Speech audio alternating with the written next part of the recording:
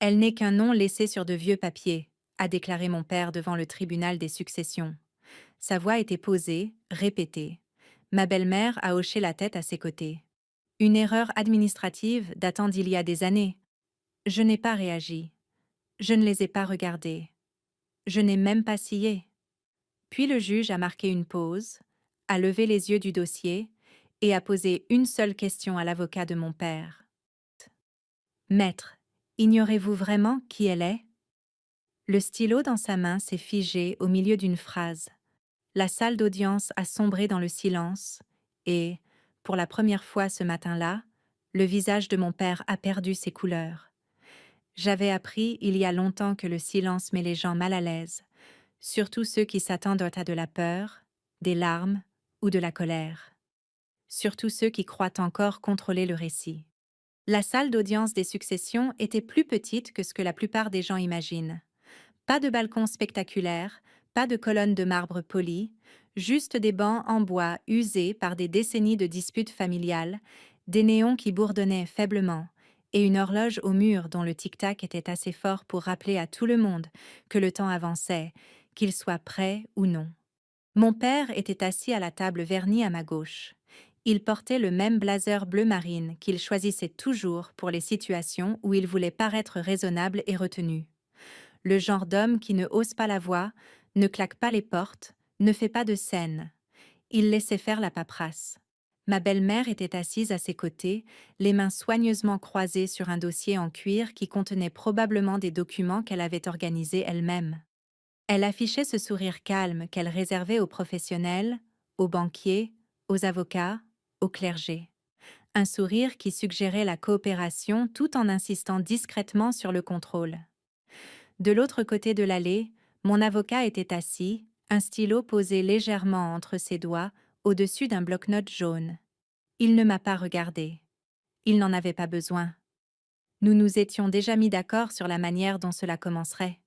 Je me tenais droite sur ma chaise, les épaules en arrière, les pieds à plat sur le sol, ni rigide, ni défensive, juste stable. De la façon dont on s'assoit quand on sait qu'on n'aura pas besoin de bouger rapidement. Le greffier a fini de lire l'intitulé de l'affaire, un litige concernant les modifications d'un patrimoine, une question de qualité de bénéficiaire, une contestation de mon lien juridique avec la femme décédée, figurant dans la fiducie familiale d'origine. L'avocat de mon père s'est levé le premier. Il était compétent, expérimenté, le genre d'avocat qui ne survend pas ses arguments parce qu'il croit que la loi est déjà de son côté. Monsieur le juge, a-t-il commencé, cette affaire concerne une révision de la fiducie familiale exécutée légalement il y a plusieurs années. La requérante, il a fait un bref geste dans ma direction, sans me regarder, est éloignée du foyer depuis une période significative. Elle ne participe pas aux affaires familiales et n'a pas maintenu de relations suivies avec la défunte avant son décès. Éloignée, ce mot sonnait toujours plus propre qu'abandonné. Mon père s'est penché légèrement en avant, signalant qu'il souhaitait parler. Le juge l'a autorisée. Elle ne fait plus partie de cette famille depuis longtemps, a dit mon père calmement. Elle est partie, a fait ses propres choix. Nous avons respecté cela. Mais ce qu'elle demande maintenant ne reflète pas la réalité. Puis, il a prononcé cette phrase, celle qu'il avait dû répéter. La phrase qui, selon lui, mettrait fin à la conversation. Elle n'est qu'un nom laissé sur de vieux papiers. Voilà. C'était net, efficace, presque élégant dans sa cruauté. Ma belle-mère n'a pas manqué son entrée. C'était simplement une erreur administrative, a-t-elle ajouté doucement. Quelque chose qui a été négligé lors de la mise à jour de la fiducie. Ce sont des choses qui arrivent. J'ai senti l'air changer dans la pièce. Pas de manière spectaculaire, mais subtilement, comme la pression qui change avant une tempête. Je n'ai pas bougé. Je ne les ai pas regardés. Je n'en avais pas besoin. Le juge a écrit quelque chose. Il a tourné une page, il a ajusté ses lunettes, puis il a levé les yeux. Maître, a-t-il dit à l'avocat de mon père, d'un ton égal, presque conversationnel. Ignorez-vous vraiment qui elle est? Ce n'était pas fort. Ce n'était pas accusateur. C'était précis. L'avocat a hésité juste une fraction de seconde, mais dans une salle d'audience, les fractions de seconde comptent. Je. Monsieur le juge, a-t-il dit prudemment. Le juge a soutenu son regard. Avant de poursuivre, je veux être clair. Êtes-vous en train de dire à ce tribunal que vous ne savez pas qui est la requérante? Le stylo de l'avocat planait inutilement au-dessus de son carnet. Le sourire de ma belle-mère s'est crispé. Mon père a tourné la tête un peu trop vite pour paraître décontracté. Je suis restée immobile. Le juge a jeté un nouveau coup d'œil au dossier. Nous y reviendrons, a-t-il dit. Pour l'instant, j'ordonne un examen probatoire complet des modifications de la fiducie, y compris les circonstances dans lesquelles le nom de la requérante a été supprimé. Il a frappé un coup de marteau. Pas fort, juste assez. L'audience est suspendue pour 15 minutes. Les gens se sont levés, les papiers ont bruissé, les conversations ont commencé dans un murmure bas et urgent. Mon père ne m'a pas adressé la parole en passant. Il n'en avait pas besoin. Il croyait avoir déjà dit tout ce qui importait. Il avait tort. Je n'avais pas prévu de revenir dans ce bâtiment. Pas pour ça.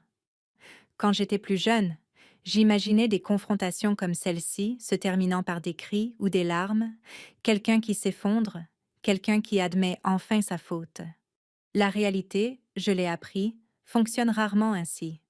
Le couloir à l'extérieur de la salle d'audience sentait vaguement le vieux café et le produit de nettoyage pour sol. Un distributeur automatique bourdonnait dans un coin. Quelque part plus loin, une autre famille se disputait à voix basse pour quelque chose d'aussi important pour elle. Mon avocat m'a enfin regardé. « Ça va » a-t-il demandé doucement. J'ai hoché la tête une fois. « Ça va. » Il m'a étudié un instant, puis a fait un petit signe de tête en retour. « Bien, parce qu'ils viennent de surestimer leur position. » Je le savais déjà. Éloigné. Erreur administrative. Vieux papier. Ce n'étaient pas des arguments juridiques, c'étaient des récits. Et les récits s'effondrent dès que les faits sont admis dans la pièce. Je me suis appuyée contre le mur, croisant les bras sans serrer. Ma respiration restait régulière, contrôlée. Je m'étais entraînée à cela bien avant aujourd'hui, dans des endroits bien moins indulgents qu'un palais de justice. De l'autre côté du couloir, ma belle-mère parlait rapidement à l'avocat, la voix basse mais tranchante. Mon père se tenait légèrement à l'écart, les bras croisés, la mâchoire serrée. Il avait l'air irrité, pas inquiet, agacé que le scénario ne se soit pas déroulé exactement comme prévu. Cela aussi allait changer. Je n'étais pas là pour me disputer pour de l'argent. Je n'étais pas là pour exiger des excuses. J'étais là parce qu'un document avait été altéré, et les documents comptent, surtout pour quelqu'un qui a passé sa vie à les respecter. La vérité était que mon absence de la famille n'avait jamais été un mystère. Elle était simplement devenue gênante. Après la mort de ma mère, la maison a changé. Doucement d'abord, puis d'un seul coup. De nouvelles règles, de nouvelles attentes, de nouveaux silences. Ma belle-mère avait été prudente. Elle n'a jamais dit qu'elle remplaçait qui que ce soit. Elle a juste réorganisé. Les photos ont disparu. Les histoires ont été raccourcies. Le nom de ma mère était de moins en moins prononcé, jusqu'à être totalement évité. J'ai appris très tôt qu'il y avait deux options dans cette maison: se conformer ou partir sans bruit. Alors je suis partie, pas par colère, pas par rébellion, mais avec détermination. Ce que mon père appelait un éloignement était en réalité une décision de vivre quelque part où l'on exigeait de la responsabilité plutôt que de l'obéissance. Quelque part où votre valeur n'était pas déterminée par la façon dont vous vous intégriez dans la version du passé de quelqu'un d'autre. Je ne le lui ai pas dit. Je ne me suis pas expliquée. Je ne me suis pas disputée. Je suis simplement allée là où les explications n'étaient pas nécessaires. Au fil des ans, les lettres sont restées sans réponse. Les appels sont devenus rares. Finalement, tout contact a cessé. Et puis, après le décès de ma mère, les papiers ont changé. Je ne l'ai pas appris tout de suite. Ces choses-là se déplacent discrètement à travers les bureaux, les signatures et les formulaires classés dans les registres du comté. Personne ne vous appelle pour vous dire que votre nom a été retiré. Vous ne l'apprenez que lorsque quelqu'un décide que vous ne devriez plus exister. Quand la suspension d'audience a pris fin, nous sommes retournés dans la salle. Le juge s'est rassis, les mains croisées, l'expression indéchiffrable. Nous reprenons, a-t-il dit. Mon avocat s'est levé. Monsieur le juge, a-t-il dit. Avant que le tribunal n'accepte la qualification offerte par la partie adverse, nous demandons l'opportunité d'établir l'identité et la qualité de la requérante au procès-verbal. Le juge a hoché la tête une fois. Procédez. L'avocat de mon père a commencé à objecter, puis s'est arrêté. Il a jeté un coup d'œil à son client. Ma belle-mère a secoué la tête de manière presque imperceptible. Il n'avait rien à gagner à l'empêcher. Il croyait encore que c'était une question de procédure, que ce qui allait être dit ne changerait pas l'issue. Je les observais attentivement, sans colère, avec recul. Les gens révèlent beaucoup de choses quand ils pensent être en sécurité. Mon avocat s'est tourné légèrement vers moi. Madame Walker, a-t-il dit d'un ton égal, pourriez-vous décliner votre nom complet pour le procès-verbal? Je l'ai fait. Le son de ma voix, clair et sans hésitation, a semblé résonner plus longtemps que prévu. Et votre lien avec la défunte? C'était ma mère. La mâchoire de mon père s'est contractée. Le juge a de nouveau baissé les yeux vers le dossier. Madame Walker. Il a ajouté que le tribunal devrait examiner plusieurs documents avant de prendre une décision. Cela pourrait prendre du temps. Je comprends, monsieur le juge. Ma voix n'a pas tremblé. Elle n'en avait pas besoin. Le juge m'a étudié pendant une autre seconde. Pas méchamment, pas avec suspicion, avec curiosité. Très bien, a-t-il dit. Nous levons la séance pour aujourd'hui. Les avocats soumettront tous les documents demandés d'ici la fin de la semaine. Le marteau est retombé, cette fois plus fort. Alors que les gens sortaient, mon père s'est arrêté près de moi. Un instant, j'ai cru qu'il allait parler. Au lieu de cela, il a fait un signe de tête sec, contrôlé, comme s'il saluait une étrangère. J'ai rendu le salut. Le couloir les a rapidement engloutis. Mon avocat a rassemblé ses papiers. Cela s'est passé exactement comme je l'espérais, a-t-il dit doucement. J'ai expiré lentement. Ce n'est que le début, ai-je dit. Il a esquissé un léger sourire. Je sais. Moi aussi. Parce que le silence n'était pas une faiblesse. C'était de la discipline. Et dans cette affaire, cette famille allait apprendre la différence. Je n'ai pas grandi en rêvant d'uniforme ou de grade. J'ai grandi en apprenant qu'en ne pas parler. Dans la maison de mon père, le silence n'était pas la paix. C'était la soumission. On apprenait vite quelles questions refroidissèrent les pièces, quels souvenirs écourtaient les conversations. Après la mort de ma mère, son nom est devenu l'une de ces choses. Pas interdit, juste inutile, comme si le prononcer ne servait plus aucun but pratique. Ma belle-mère n'a jamais dit qu'elle voulait que je parte. Elle n'en avait pas besoin. Elle a réorganisé la maison comme elle réorganisait la paperasse, méthodiquement, poliment, d'une voix douce et d'une main ferme. Les tiroirs ont changé, les photos ont disparu. Les traditions se sont adaptées par souci de simplicité. Au moment où je suis partie, mon absence ressemblait à une correction. Je ne l'ai pas annoncée. Je n'ai ni menacé, ni accusé.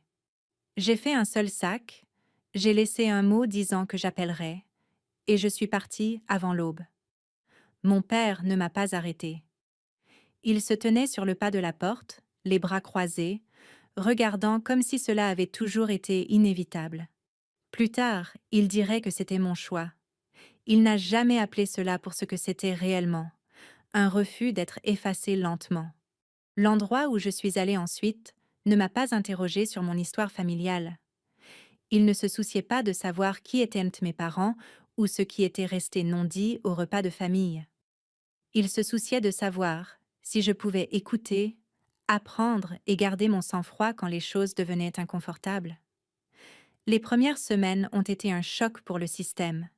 Des réveils matinaux, des règles claires, des conséquences immédiates et justes. Pas d'agression passive, pas de punition sournoise. Si vous échouiez, vous saviez pourquoi. Si vous réussissiez, c'était consigné. J'ai vite appris que la discipline n'était pas une question de dureté. C'était une question de précision. Je n'ai pas excellé parce que j'étais en colère. J'ai excellé parce que j'étais attentive. J'ai appris les modèles. J'ai respecté la structure. J'ai compris que les systèmes, lorsqu'ils étaient honnêtes, pouvaient être dignes de confiance. C'était nouveau pour moi. Les lettres à la maison restaient sans réponse. Au début, j'ai supposé que le moment était mal choisi. Puis j'ai réalisé que le silence avait simplement été choisi à nouveau. Cette fois, à l'autre bout. Les fêtes passaient, les anniversaires, les années. J'ai cessé d'attendre quoi que ce soit en retour.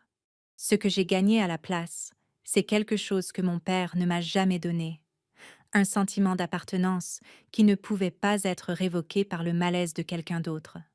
À la fin de mon service, je ne suis pas rentrée. Il n'y avait rien là-bas qui nécessitait ma présence. La maison s'était adaptée sans moi. Le récit avait déjà été écrit. Je restais occupée. Je restais responsable. Je restais invisible pour les gens qui préféraient qu'il en soit ainsi. Et puis ma mère est morte. Personne ne m'a appelée quand elle est tombée malade.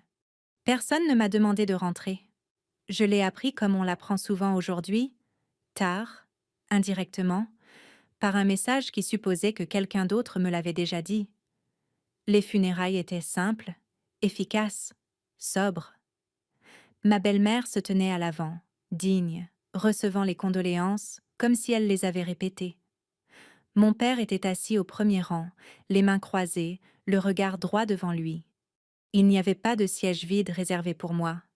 J'ai regardé de l'arrière. Personne n'a semblé surpris de me voir. Cela, plus que tout, m'a dit depuis combien de temps j'avais été effacée. Je ne suis pas restée longtemps. J'ai rendu mes hommages discrètement et je suis partie sans parler. Ce n'était pas de la lâcheté, c'était de l'analyse. Le chagrin brouille le jugement. J'avais appris à ne pas prendre de décision sous pression. J'attendrai. Des mois plus tard, les documents ont fait surface. Ce n'était pas spectaculaire. Pas de lettres tamponnées, urgent. Pas de confrontation. Juste un avis transféré à une ancienne adresse, puis réexpédié. Un résumé des modifications de la fiducie déposée des années plus tôt. Propre, légal en apparence. Mon nom manquait, pas barré, pas contesté, simplement absent. Il y avait une phrase expliquant le changement. Un langage neutre, sans accusation, sans justification. Révision administrative. Je l'ai lu 2 fois, puis encore une fois. Cela n'a pas fait mal de la façon dont je m'y attendais. C'était familier. La même suppression silencieuse, la même insistance sur le fait que l'absence ne nécessitait pas d'explication. J'ai refermé le dossier et je suis restée assise avec lui pendant un long moment. Ce n'était pas une question d'argent. Ça ne l'avait jamais été. C'était à propos de quelque chose de beaucoup plus vieux et de plus dangereux. La croyance que l'on peut effacer une personne si on le fait assez proprement. La première personne que j'ai appelée n'était pas un avocat. C'était quelqu'un qui s'y connaissait en archives. Nous avons parlé brièvement, professionnellement. Pouvez-vous me donner une chronologie ? Ai-je demandé. Je peux, m'a-t-on répondu. Mais vous n'aimerez peut-être pas ce que vous allez trouver. Je n'ai pas besoin d'aimer ça, ai-je répliqué. J'ai besoin de comprendre. Ce qui m'est revenu était exactement ce à quoi je m'attendais, et pire encore. Les modifications ont commencé peu après le déclin de la santé de ma mère. De petits changements au début, des glissements sémantiques, des ajustements qui semblaient raisonnables isolément. Au fil du temps, ils se sont accumulés pour devenir quelque chose de définitif. Une version propre de l'histoire familiale. Une version sans moi, une version sans elle. Je n'ai affronté personne. Je n'ai pas envoyé d'email ni passé d'appel pour demander pourquoi. Je n'avais pas besoin d'explications de la part de gens qui croyaient que la paperasse suffisait à régler les questions morales. J'ai commencé à constituer mon propre dossier. Quand mon avocat et moi nous sommes rencontrés pour la première fois, il m'a posé une question avant toute chose. Qu'essayez-vous d'accomplir ? J'y ai réfléchi attentivement. Je veux que le dossier soit corrigé, ai-je dit. Il a haussé un sourcil. Pas de compensation, pas de vengeance ? Justesse, ai-je répondu. Cela a immédiatement changé le ton. Nous n'avons pas parlé de préjudice émotionnel. Nous avons parlé de chronologie, de signature, de qui avait qualité pour effectuer quel changement et quand. Nous avons parlé d'intention. Nous avons parlé de silence. Il a écouté sans m'interrompre, puis a hoché la tête une fois. Bien, a-t-il dit, parce que ce n'est pas une bagarre, c'est un audit. Dans les semaines précédant l'audience suivante, j'ai gardé ma routine. Réveils matinaux, entraînement physique, préparation calme. J'ai examiné les documents comme j'avais examiné des briefings opérationnels dans une autre vie, ligne par ligne, notant ce qui était présent et ce qui était manifestement absent. Des schémas ont émergé. Ma belle-mère apparaissait partout dans la paperasse, comme témoin, comme facilitatrice, comme interprète de l'intention. Mon père apparaissait moins souvent que prévu. Cela comptait. Je n'ai pas spéculé sur les motifs. Je n'en avais pas besoin. Les documents racontent leur propre histoire si on les laisse faire. J'ai remarqué des dates qui coïncidaient avec des moments où ma mère ne pouvait plus parler pour elle-même. J'ai remarqué des formulations qui suggéraient une urgence, là où il n'en existait aucune auparavant. Surtout, j'ai remarqué à quel point le mot famille apparaissait souvent sans définition. La famille, dans ces documents, était un concept, pas une liste. C'était une erreur. L'audience suivante est arrivée rapidement. Mon père semblait plus alerte cette fois, plus prudent. Il avait lu quelque chose, compris quelque chose. Ma belle-mère était toujours calme, toujours impeccable, mais ses mains restaient sur son dossier plus longtemps que nécessaire. J'ai pris place et j'ai attendu. L'avocat adverse a répété les mêmes thèmes avec de légers ajustements. Éloignement, absence, choix. Quand mon avocat s'est levé, il n'a pas argumenté. Il a posé des questions. Qui a initié la modification? Qui a rédigé le texte? Qui l'a revu avec la défunte? Chaque réponse réduisait le champ d'action. Le juge écoutait attentivement. À la fin de la séance, il s'est penché légèrement en avant. Ce tribunal aura besoin de clarifications supplémentaires concernant l'intention et la représentation, a-t-il déclaré. Les avocats soumettront une documentation complémentaire. Il a marqué une pause, et la requérante restera reconnue comme partie intéressée en attente d'examen. Mon père a expiré brusquement. Ce n'était pas une défaite, mais ce n'était pas une victoire non plus. C'était quelque chose de pire, l'incertitude. Ce soir-là, j'étais assise seule dans mon appartement, des documents étalés sur la table. La ville dehors était calme, tardive, indifférente aux drames familiaux. J'ai pensé à ma mère, à la façon dont elle insistait sur le fait que les noms comptaient, que les dossiers comptaient, que le fait d'être inscrite signifiait qu'on se souvenait de vous. Elle aurait détesté ce qu'ils avaient fait. J'ai fermé le dossier et empilé les papiers avec soin. Ils croyaient qu'il s'agissait d'héritage. Ils croyaient que je finirais par me disputer, supplier ou disparaître à nouveau. Ils n'avaient pas compris ce que j'avais appris. Que le silence, lorsqu'il est utilisé correctement, force les autres à remplir l'espace. Et quand ils le font, ils révèlent tout. La veille de la date limite du prochain dépôt, mon avocat a appelé. Nous avons trouvé quelque chose, a-t-il dit. Quelque chose de nouveau? Quelque chose d'ancien, a-t-il répondu, et de très spécifique. J'ai fermé les yeux brièvement. Est-ce que cela comptera? Oui, a-t-il dit, mais pas de la manière dont ils s'y attendent. J'ai raccroché et je suis restée immobile un long moment. Ce n'était pas la fin. Ce n'était même pas le tournant. C'était l'instant avant que l'élan ne change de camp, et j'étais prête. Le soir où mon avocat a appelé, je ne lui ai pas demandé d'explication par téléphone.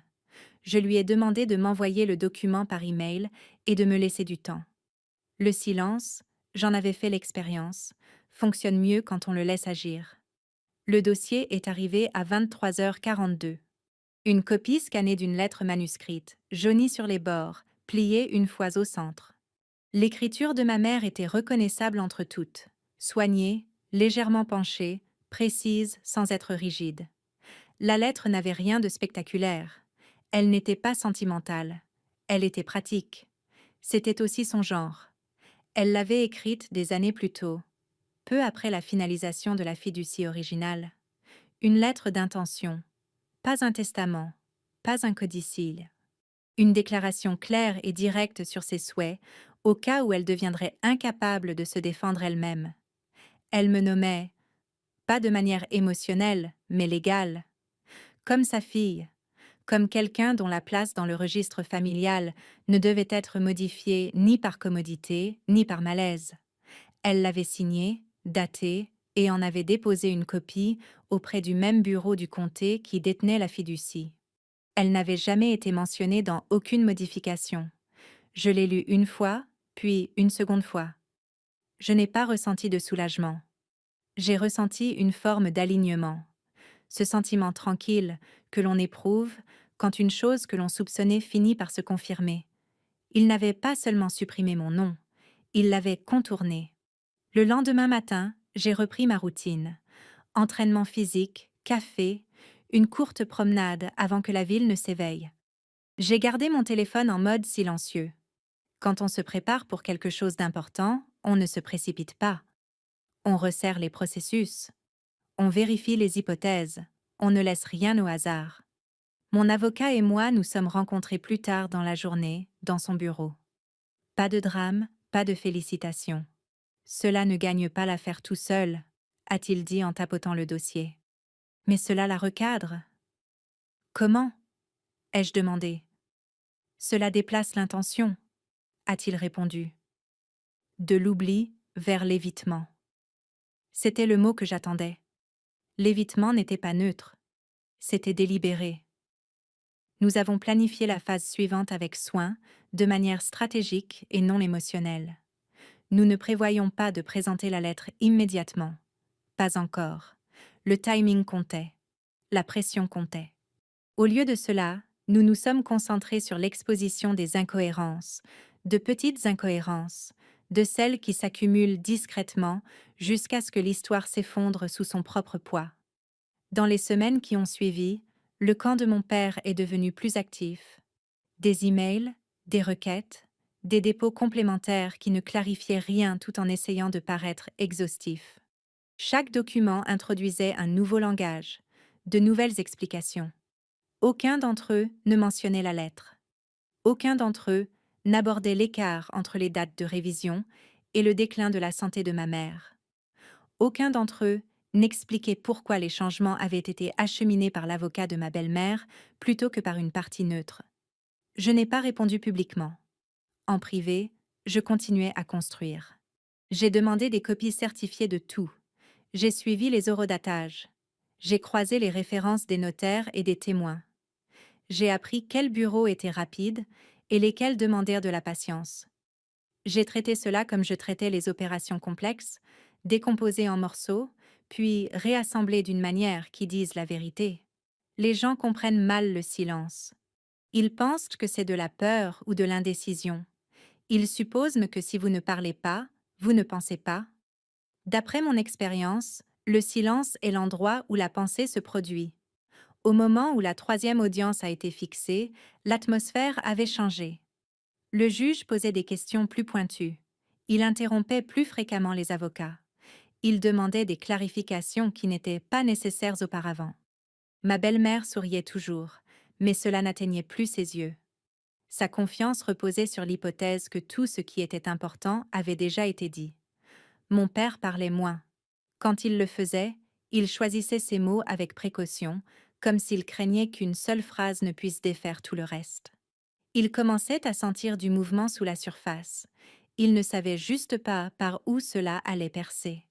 Un après-midi, alors que je quittais le bureau de mon avocat, mon père m'a appelé. C'était la première fois qu'il me contactait directement depuis le début de l'affaire. J'ai laissé sonner une fois, puis j'ai répondu. « Nous n'avons pas besoin de faire ça », a-t-il dit sans préambule. « Nous pouvons régler cela en privé. » « Régler quoi ?» ai-je demandé. Il a hésité. « Le malentendu. » Je n'ai rien dit. « C'est devenu plus compliqué que ça ne devrait l'être », a-t-il continué. Les gens posent des questions. « Ils devraient », ai-je répondu. Une pause, plus longue cette fois. « Qu'est-ce que tu veux ?» a-t-il demandé. C'était la mauvaise question. « Je veux que le dossier soit exact », ai-je dit. C'est tout. Il a expiré bruyamment. Tu sais que ce n'est pas comme ça que les choses fonctionnent. Je sais, ai-je dit calmement. C'est pour ça que nous sommes au tribunal. Il n'a pas répondu.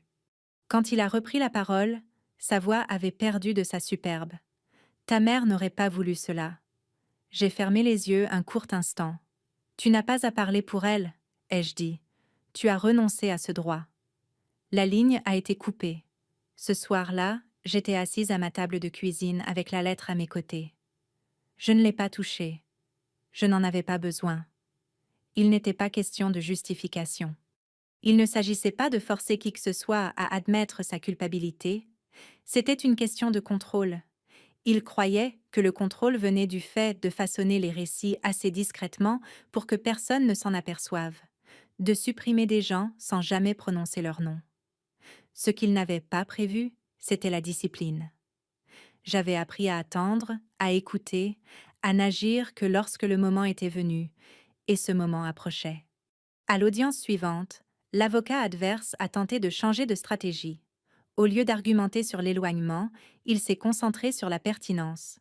Même si la requérante croit qu'il y a eu des irrégularités, a-t-il dit, rien ne suggère une intention malveillante. Le juge s'est redressé sur son siège. L'intention est rarement annoncée, a-t-il dit. Elle se déduit. Mon avocat s'est levé. Monsieur le juge, a-t-il dit, nous sommes d'accord, et nous pensons que le tribunal est maintenant en mesure d'évaluer cette déduction. Il a présenté une petite pile de documents. Rien de spectaculaire, pas de révélations grandioses, juste des faits, des chronologies, des manques, des schémas. Le juge les a étudiés attentivement. Nous nous réunirons à nouveau pour une séance probatoire finale, a-t-il annoncé. À ce moment-là, le tribunal attend la divulgation complète de tout document pertinent concernant l'intention de la défunte. Le sourire de ma belle-mère s'est totalement évaporé. À la sortie de la salle, mon avocat s'est tourné vers moi. Ils sont coincés, a-t-il dit. Ils ne le savent pas encore, mais ils le sont. J'ai hoché la tête. Ils pensent toujours que c'est une affaire d'argent, ai-je dit. Il a esquissé un sourire. C'est souvent le cas. Je suis sortie sous le soleil de la fin d'après-midi, sentant le poids se déplacer, sans disparaître, juste changer de place. Ce n'était pas la victoire, c'était l'inéluctabilité. Ils avaient supprimé mon nom parce qu'ils croyaient que les noms ne comptaient que sur le papier. Ils allaient apprendre ce qui arrive quand le papier a une meilleure mémoire que les hommes. L'audience finale a été fixée au mois suivant. En attendant, j'ai patienté, ni passivement, ni anxieusement. Avec intention. Parce que le silence, quand il est choisi délibérément, n'est pas une absence. C'est une préparation. Et une préparation bien faite ne laisse aucune issue de secours. L'audience probatoire finale a commencé sans cérémonie. Pas de voix forte, pas d'entrée théâtrale, juste le rythme lent et délibéré d'un tribunal se préparant à décider de ce qui resterait au dossier et de ce qui serait corrigé. J'ai pris place de la même manière que toutes les fois précédentes, le dos droit, présente. Cette posture n'était pas une performance, c'était une habitude. Quand on a passé des années à s'entraîner pour rester calme pendant que les autres perdent le contrôle, votre corps s'en souvient même quand votre esprit est ailleurs. Mon père était assis à 2 sièges de ma belle-mère. Cette distance était nouvelle, subtile, mais révélatrice. Elle se penchait vers son avocat, lui chuchotant avec une urgence tranchante qu'elle ne prenait plus la peine de cacher. Il hochait la tête, bien que ses yeux restent fixés sur le juge. Le juge est entré. La salle s'est levée. La salle s'est rassise. « Maître, a-t-il dit en balayant l'assemblée du regard, nous sommes ici pour conclure cette affaire. J'attends de la clarté aujourd'hui. » Personne n'a objecté. L'avocat de mon père s'est levé le premier. Il parlait avec précaution maintenant, moins confiant, moins théâtral. « Monsieur le juge, a-t-il dit, nous maintenons que les modifications de la fiducie étaient légales et que toutes les omissions étaient de nature administrative. Il n'y avait aucune intention de dénaturer les faits. » Le juge a levé la main, pas brusquement, mais avec précision. « J'ai examiné les documents déposés, a-t-il déclaré. Vous pouvez poursuivre, mais comprenez bien ceci. Ce tribunal ne se soucie plus de l'apparence formelle de ses actes. Nous nous soucions de ce qui était connu, au moment où cela l'était, et par qui. L'avocat a hoché la tête, a dégluti et a continué. Il a parlé de processus, de délégation, de malentendus, il évitait les noms. Quand il a fini, le juge s'est tourné vers mon avocat. « À vous, maître !» Mon avocat s'est levé. « Nous appelons Madame Walker à la barre », a-t-il dit. Je me suis levée. Le trajet jusqu'à la barre m'a semblé familier. Pas parce que je l'avais déjà fait, mais parce que j'étais entrée dans des pièces comme celle-ci de nombreuses fois dans ma vie. Des pièces où les mots entraînaient des conséquences et où la prestance comptait. J'ai prêté serment. Mon avocat a commencé par les bases. Nom, âge, lien avec la défunte. Puis, il a marqué une pause. « Madame Walker », a-t-il dit d'un ton calme, « pouvez-vous décrire brièvement votre parcours professionnel ?» C'était là.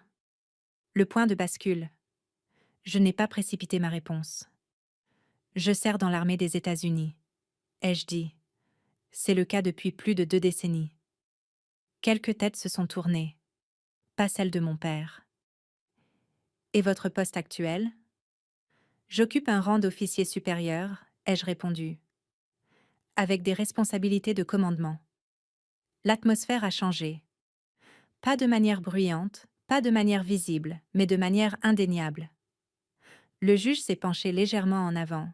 Le greffier a arrêté de taper pendant une demi-seconde. L'avocat de ma belle-mère a jeté un coup d'œil à ses notes, puis a relevé les yeux comme s'il recalibrait sa stratégie. Mon père s'est enfin tourné vers moi. J'ai gardé le regard droit devant moi. Mon avocat n'a pas insisté. Il n'a pas listé les décorations ou les déploiements. Il n'en avait pas besoin. Il a simplement établi que mon absence de la vie familiale n'avait pas été une dérive vers le néant. C'était un service. « Madame Walker », a-t-il poursuivi, « êtes-vous familière avec les normes de tenue des registres ?»« Oui », ai-je dit, de manière approfondie. « Et l'importance de l'exactitude ?»« Oui. » Il a hoché la tête. « J'aimerais présenter la pièce C. » Le greffier a pris le document, le juge l'a examiné. « Est-ce la lettre que vous avez identifiée plus tôt ?» a demandé mon avocat. « C'est elle, » ai-je dit. « Pouvez-vous expliquer son but ?»« C'est une lettre d'intention, » ai-je répondu. « Écrite par ma mère, déposée au comté. Elle définit ses souhaits concernant sa succession et ma qualité de fille, au cas où elle ne serait plus en mesure de se défendre. » L'avocat de mon père s'est levé. « Objection. Ce document n'a pas été incorporé à la fiducie. »« Reçu en partie, » a dit le juge calmement, « mais le tribunal entendra le témoignage concernant son existence et sa pertinence quant à l'intention. » Il s'est tourné vers moi. « Poursuivez. » J'ai expliqué comment la lettre avait été écrite, quand elle avait été déposée, où elle avait été conservée, comment elle était restée intacte à travers de multiples révisions de la fiducie. Je n'ai pas spéculé. Je n'ai pas accusé. J'ai simplement exposé les faits. Quand mon avocat a eu fini, le conseil de mon père s'est approché pour le contre-interrogatoire. Il a hésité avant de parler. « Madame Walker, » a-t-il dit, « vous avez décrit une carrière exigeante, une carrière qui demande de la distance, du temps loin de chez soi. »« Oui, » ai-je dit. « Et pendant ce temps, vous avez eu des contacts limités avec votre famille ?»« C'est exact. » « Il serait donc juste de dire que votre relation avec le foyer était minimale ? » ?»« Non, » ai-je dit. « Il serait exact de dire qu'elle était à sens unique. » Un murmure a parcouru la salle. Le juge n'a pas réagi. L'avocat a changé de position. « Vous n'assistiez pas aux fêtes de famille. Vous n'étiez pas présente pour la vie quotidienne. »« Je servais mon pays, » ai-je répondu. « Ces deux choses ne sont pas mutuellement exclusives. » Il a tenté à nouveau. « N'est-il pas possible que votre mère ait eu l'intention de réviser sa succession à la lumière de votre absence ?»« Non, » ai-je dit. « Parce qu'elle ne l'a pas fait. »« Comment pouvez-vous en être sûr ?»« Parce qu'elle l'a écrit, » ai-je dit calmement. Silence. L'avocat a hoché la tête avec raideur et a regagné sa place. Le juge a regardé mon père. Monsieur Walker, a-t-il dit, vous pouvez témoigner. Mon père s'est levé lentement. Il paraissait plus vieux que dans mes souvenirs, plus petit. Il a parlé de chagrin, de confusion, de confiance envers les professionnels. Il a totalement évité de prononcer mon nom. Puis le juge lui a posé une question. Quand ces modifications ont été faites, a-t-il dit, avez-vous informé votre avocat de l'existence de la lettre d'intention de votre défunte épouse? Mon père a hésité. Je ne m'en souviens pas, a-t-il dit. Le juge a attendu. Ce n'est pas une réponse, a-t-il dit doucement. Ma belle-mère s'est penchée en avant. J'ai géré la majeure partie de la paperasse, a-t-elle dit rapidement. Mon mari avait beaucoup de choses à gérer à ce moment-là. Le juge l'a regardée. Étiez-vous au courant de l'existence de cette lettre? Elle a eu un mince sourire. Je ne pense pas qu'elle était pertinente. Le juge a hoché la tête lentement. Je vois. Il s'est tourné vers le dossier, a tourné une page, puis une autre. Que le procès-verbal indique, a-t-il dit, que le tribunal constate des omissions significatives dans la divulgation de documents portant directement sur l'intention de la défunte. Il a levé les yeux. Et que le procès-verbal indique également que l'absence de la requérante du foyer ne constitue pas un abandon, et qu'elle n'annule pas son identité légale. Les épaules de mon père se sont affaissées. Le juge a poursuivi. Ce tribunal reconnaît également le service de la requérante envers ce pays comme une question de notoriété publique. Il a marqué une pause. Un service qui exigeait des sacrifices, pas un effacement. Les mots ont frappé fort. Les mains de ma belle-mère tremblaient sur la table. Le juge a fermé le dossier. Je suis prêt à rendre ma décision. La salle a retenu son souffle. Madame Walker, ce tribunal vous reconnaît comme la fille légale de la défunte, avec pleine qualité d'agir en vertu de la fiducie originale. Mon père a fermé les yeux. Les modifications supprimant votre nom sont par les présentes annulées en attente de mesures correctives. La succession sera restructurée pour refléter l'intention documentée de la défunte. Il a frappé un coup de marteau. Ce tribunal n'efface pas les gens, il corrige les dossiers. C'était tout. Pas d'applaudissements, pas de confrontation, juste la vérité dite à voix haute, là où elle ne pouvait plus être niée. Alors que la salle se vidait, mon père est resté assis. Ma belle-mère s'est levée rapidement, ramassant ses affaires, le regard fixe devant elle. Je suis descendue de la barre et suis passée devant eux. Mon père a levé les yeux. Un instant, il a semblé qu'il allait parler. Puis, il ne l'a pas fait. Et cela suffisait, parce que certains silences ne cachent pas la vérité. Il la confirme. Le palais de justice s'est vidé comme il le fait toujours, lentement, calmement, sans cérémonie. Personne ne fait la fête à la sortie d'un tribunal des successions. Il n'y a pas de cris de joie ou de sortie théâtrale. Juste des gens qui reprennent le cours de leur vie, emportant des documents au lieu de verdict, des décisions au lieu d'un apaisement définitif. Je suis restée un moment en bas des marches du tribunal, laissant l'air de la fin d'après-midi se poser sur ma peau. C'était différent maintenant. Pas plus léger, juste plus clair, comme un système de pression qui s'était enfin déplacé. Mon avocat m'a rejointe, ajustant son manteau. « C'est fait », a-t-il dit.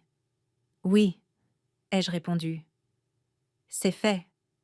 Il m'a étudié attentivement, puis a souri légèrement. La plupart des gens sortent d'ici en colère ou soulagés. Vous, vous avez l'air stable. Je le suis, ai-je dit, et je le pensais. Il a hésité. Il y a encore une chose dont nous devrions discuter. Je sais, ai-je dit, la répartition. Nous avons marché sur une courte distance jusqu'à un banc sous un arbre sans feuilles. Il s'est assis. Je suis restée debout. Le tribunal a rétabli tous vos droits, a-t-il dit. Cela vous donne des options. J'en suis consciente. Il a attendu. Je voyais qu'il essayait de deviner mon prochain mouvement. Je ne veux pas tout défaire, ai-je finalement dit. Juste ce qui était faux. Il a hoché la tête lentement. C'est inhabituel. Je le suis aussi, ai-je dit sans arrogance, juste comme un fait. Les formalités finales ont pris des semaines. Cette partie-là ne fait jamais de bonnes histoires. Des signatures, des vérifications, des corrections silencieuses faites dans des bureaux qui ne demandent jamais pourquoi. La succession a été restructurée. Mon nom a été rétabli là où il avait été supprimé. Les intentions de ma mère ont été honorées dans la langue qu'elle avait choisie. J'ai accepté ce qui me revenait de droit, et rien de plus. Certains s'attendaient à de la colère, s'attendaient à ce que j'exige des conséquences au-delà du jugement, s'attendaient à ce que je pratique la politique de la terre brûlée, maintenant que j'en avais la chance. Mais la terre brûlée ne laisse rien sur quoi se tenir debout. J'étais revenu pour la justesse, pas pour la destruction. Mon père m'a appelé 2 semaines plus tard. J'ai failli ne pas répondre. Mais le commandement vous apprend une chose très tôt. L'apaisement n'arrive pas toujours selon vos propres termes. Parfois, il arrive discrètement, et si vous ne le reconnaissez pas, il s'envenime. Je ne savais pas que les choses étaient allées aussi loin, a-t-il dit. Ce n'étaient pas des excuses. Pas vraiment. Je sais, ai-je répondu. Une pause. Tu n'étais pas obligé d'aller aussi loin? Ce n'est pas moi qui ai commencé, ai-je dit. Je l'ai arrêté là où il devait l'être. Une autre pause, plus longue cette fois. J'aurais dû protéger le dossier, a-t-il dit doucement. Oui, ai-je dit. Tu aurais dû. Nous n'avons pas parlé de pardon, nous n'avons pas parlé de reconstruire quoi que ce soit. Certaines choses ne se reconstruisent pas, elles se stabilisent. Avant de raccrocher, il a dit une dernière chose. Ta mère serait fière. J'ai laissé la phrase résonner. Je sais, ai-je dit. Et je le savais. 1 mois plus tard, j'ai finalisé les papiers pour la bourse d'études. Ce n'était pas énorme. Ce n'était pas tape à l'œil. Juste assez pour que ça compte. Un petit fonds établi au nom de ma mère pour les femmes, poursuivant des carrières dans le service public, le droit, la médecine ou les interventions d'urgence. Des domaines où la responsabilité l'emporte sur la reconnaissance. Pas de communiqué de presse, pas de cérémonie, juste un acte officiel. J'ai également versé une partie de la succession à un programme local de soutien aux vétérans, le genre de programme qui aide en toute discrétion. Aide au logement, placement professionnel, conseils psychologiques, des gens qui comprennent que le service ne s'arrête pas quand on retire l'uniforme. Cela me semblait juste. Par une soirée calme peu après, je suis rentrée dans mon appartement et j'ai ouvert une boîte que je n'avais pas touchée depuis des années. À l'intérieur se trouvaient quelques objets que j'avais gardés de mon enfance. De vieilles photos, des bulletins scolaires, un bracelet que ma mère m'avait offert quand j'étais plus jeune. Tout au fond se trouvait une copie de la lettre qu'elle avait écrite, celle qui avait failli être effacée. Je l'ai lue une fois de plus. Pas parce que j'avais besoin d'être rassurée, mais parce qu'elle me rappelait pourquoi j'étais restée disciplinée quand il aurait été plus facile d'exploser. Elle savait déjà à l'époque que le plus grand danger n'était pas le conflit, c'était l'omission.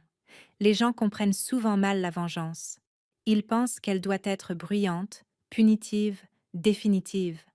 Mais la vengeance la plus efficace ne détruit pas. Elle corrige. Elle ne crie pas. Elle documente. Une fois tout cela terminé, personne ne pouvait plus prétendre être confus. Personne ne pouvait plus prétendre ne pas savoir. Le dossier parlait de lui-même. Et cela suffisait. J'ai repris mon travail, mes réunions de commandement, mes responsabilités qui ne s'arrêtaient pas pour les drames familiaux. Personne là-bas ne me traitait différemment. Il ne l'avait jamais fait. Je me comportais de la même manière que toujours. Stable, précise, responsable. Mais quelque chose avait changé. Pas à l'extérieur, mais à l'intérieur. Je n'avais plus à me demander si j'avais ma place quelque part. La réponse était écrite. Parfois, tard dans la nuit, je repense à ce moment dans la salle d'audience. La voix du juge, la pause, le poids d'une seule question. Ignorez-vous vraiment qui elle est? Elle ne s'adressait pas seulement à un avocat, elle s'adressait à quiconque croit que le silence est égal à l'absence. qu'une vie peut être effacée si on ne la raconte pas à voix haute. Ils avaient tort. Je n'avais pas besoin de hausser la voix. Je n'avais pas besoin de prendre plus que ce que je méritais. J'avais juste besoin que la vérité soit inscrite au dossier. Si vous écoutez ceci et que vous avez déjà été effacé d'une histoire qui aurait dû vous inclure, sachez ceci. Vous n'avez pas à crier pour être entendu. Vous n'avez pas à détruire pour gagner. Et vous n'avez pas à accepter la version de votre vie de quelqu'un d'autre juste parce qu'il l'a écrite le premier. Parfois, la chose la plus puissante que vous puissiez faire est d'attendre, de vous préparer et de parler une seule fois, clairement, quand cela compte. Parce que la justice n'arrive pas toujours avec du fracas. Parfois, elle arrive avec une correction. Si cette histoire a résonné en vous, prenez un moment pour réfléchir aux batailles silencieuses de votre propre vie, celles où la dignité comptait plus que les applaudissements. N'hésitez pas à partager vos réflexions dans les commentaires ou à transmettre cette histoire à quelqu'un qui pourrait avoir besoin de l'entendre. Et si vous souhaitez entendre d'autres histoires comme celle-ci, des histoires de retenue, de responsabilité et de justice bien rendue, pensez à vous abonner et à rester connecté. Merci de votre écoute. Means big brother. You pronounce it perfectly. Oh, nice. That's amazing. I like your nickname. That's sweet. Wait, what are you playing now currently, Koya? Wait, I've been on your streams, right? I was spamming click and I didn't refresh the map by the time. I closed, reopened, redeem.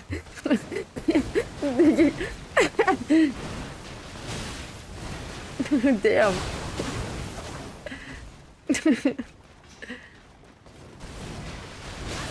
Oh! Why do I dodge into her? No, that's a... Stop. Damn.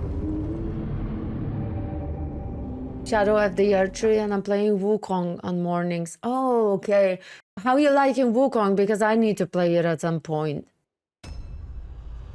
TikTok leaderboard. Pick a song.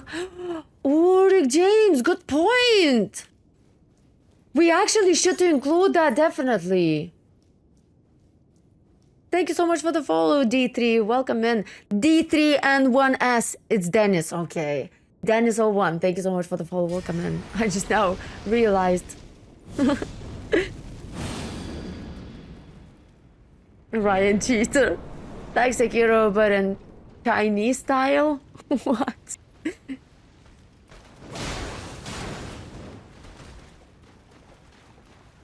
Okay.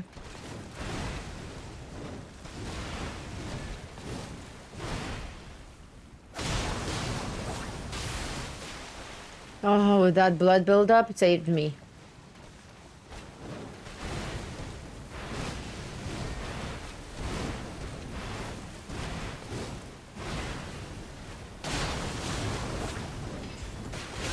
No.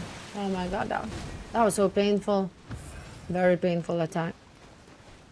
She got so much HP back.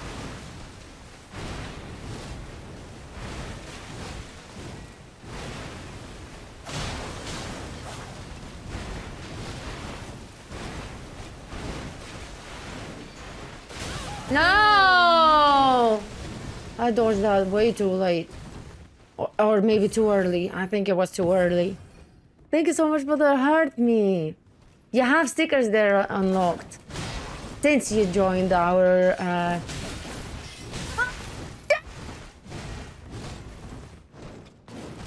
Oh, that was close! Oh, what a shift in the tone. I'm sorry, chat. That was scary.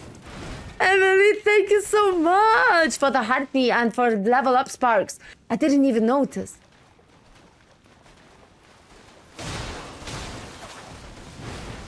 L streamer.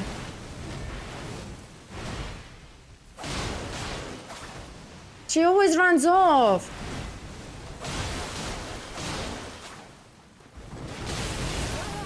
Chat, I need to run away there. You know what the biggest pain is gonna be? Of course, getting through the phase 2, but Escobar, thank you, Escobar. Thank you so much for the follow. Welcome into Purple Lab. Let's go. You beat the lion? No, Ben. I got sick and tired of him. I was like, let's go there for the change. The problem that we have, since we are here, we realize that I'm level 118. And I need to beat Melania on this level. And I need to level up for the DLC. So what we're gonna do, we're gonna have to beat Melania first and then move to DLC. Bullshit from Melania? Yeah, it is bullshit. I agree. It's like a cheat code. It's okay. It's so hard to dodge this attack. Like, if you dodge the first one, she's gonna follow up with the second one. Come on. What was that? I dodged the attack itself, but then the follow-up was... I'll just shut up, man. She is bullshit.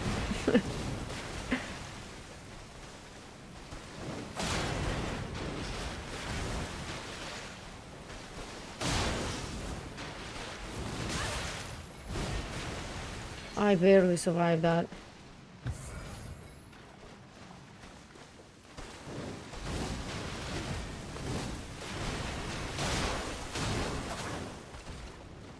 I like this ash on the weapon.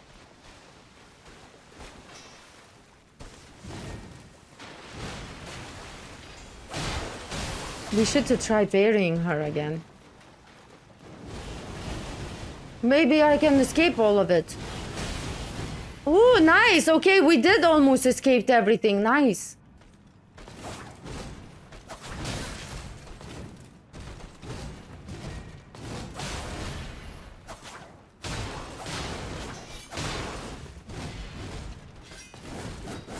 I hate this. I hate this.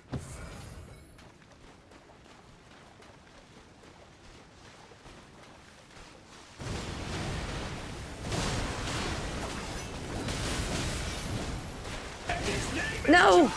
No! And Karen with the gifted subscription! Handy! Oh, W massive time, Handy. Thank you so much. Thank you so much, Handy. W massive time. I really appreciate it. Nami, are you still here?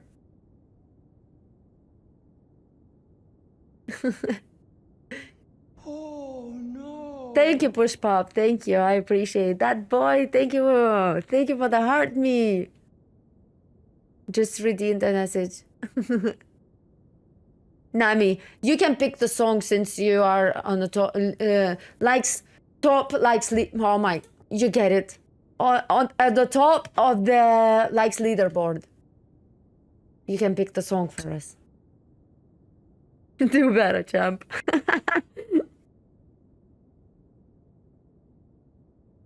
Ask Rick James what he wants. No way! Nami says ask Rick James what he wants. Chad, you can see it on the Purple app. My VIPs, you can see it. What, Bob? Dancing there with the sword? I'll give it to him. What a kind soul. Nami, you're such a kind soul. Nami the goat. Rick James, are you still here? Oh, nice. Come on, Rick James, don't keep us in quiet. Okay. It's very quiet in here. It's just me and my character. Wait. Perfect chance to tell you something. I love these so much. I need to gather them all. Diggy redeemed the song. I see. So Rick James first and then Diggy. Finally, Diggy. Finally. Both of you get songs. That's nice. You're Chat. beautiful. Chat, just for you. For you. Okay, so, we're gonna keep the song for a little bit later. Calvin Harris, this is what you came for? Wait, what? I haven't even read half of the name, I'm sorry. Okay, let me check. Oh my lord.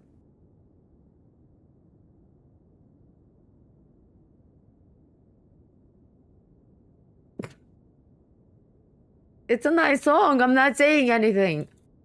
DK, I'm gonna copy yours as well. Gonna put it in the queue if it's not the chat needs to stop moving. There you go. Very interesting choice. I actually thought it's gonna be like Sunrise. Simple Red Sunrise. Add to queue. Nice.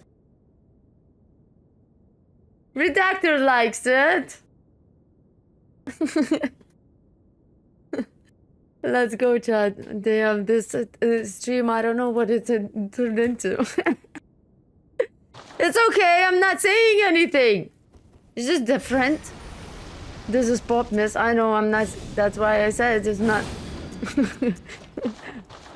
Just relax. You know, the